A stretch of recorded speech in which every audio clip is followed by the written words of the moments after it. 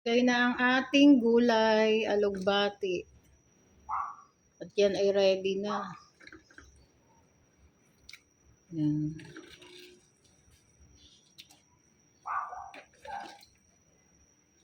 Yan, alugbati yan ha. So, sunod natin dyan yung ampalaya. Yan. Lagay na rin natin yung ampalaya. Ayan, yung ampalaya. Press na press to ha. Ang naka-view.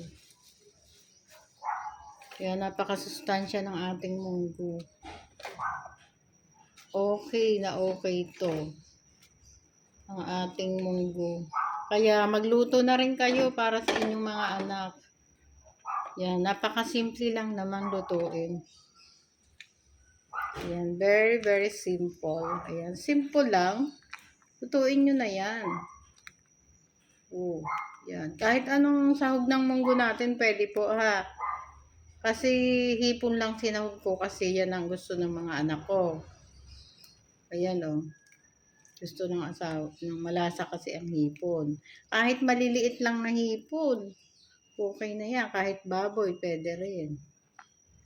Yan, kung anong available sa inyo, pwede po yan. So, ayan ang ating munggo. Pakuluin lang natin. Yan, gilisan na natin.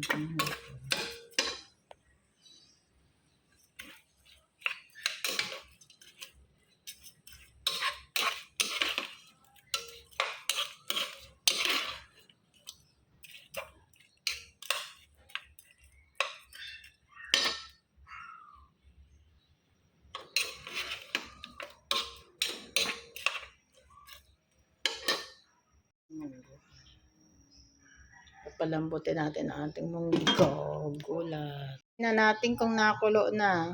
Ayan, nakulo na ang ating munggo. Mamaya yan, igigisa na natin sa hipon. Ayan. So, ayan na, ang bango-bango na ng hipon. Yan, lalagyan na natin yan ng tubig. Lagyan na natin ng sabaw. Sarap.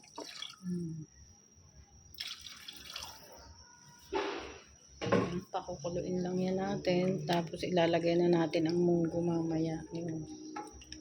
Yan yung hipon ha. Binalata na natin. Binalata na natin ang ating hipon. Yan o. Tapos lagyan natin ng cubes. Lagyan natin ng cubes para lalong mas malasa. Yan. Napakasarap.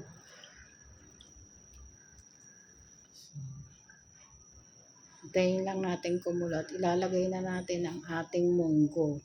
Ito na yung ating munggo. Ligay na agad ako eh. Parang ano eh.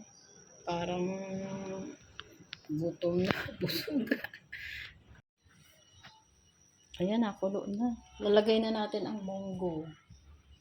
Wait lang. Wait pa. Ito na yung ating munggo. Wala akong ano. Ilalagay na natin ito. Transfer yan. Wait lang ha. Transfer na. Ilalagay na natin ang chicharon. Chicharon. Para lalong sumarap.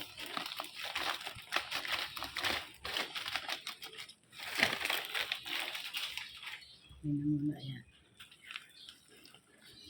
Wow! Finish na. Okay na to. Masarap na. Napakadali. Easy, easy.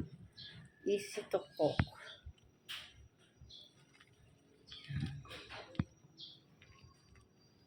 Sarap. Sabaw na sabaw. Red gulay.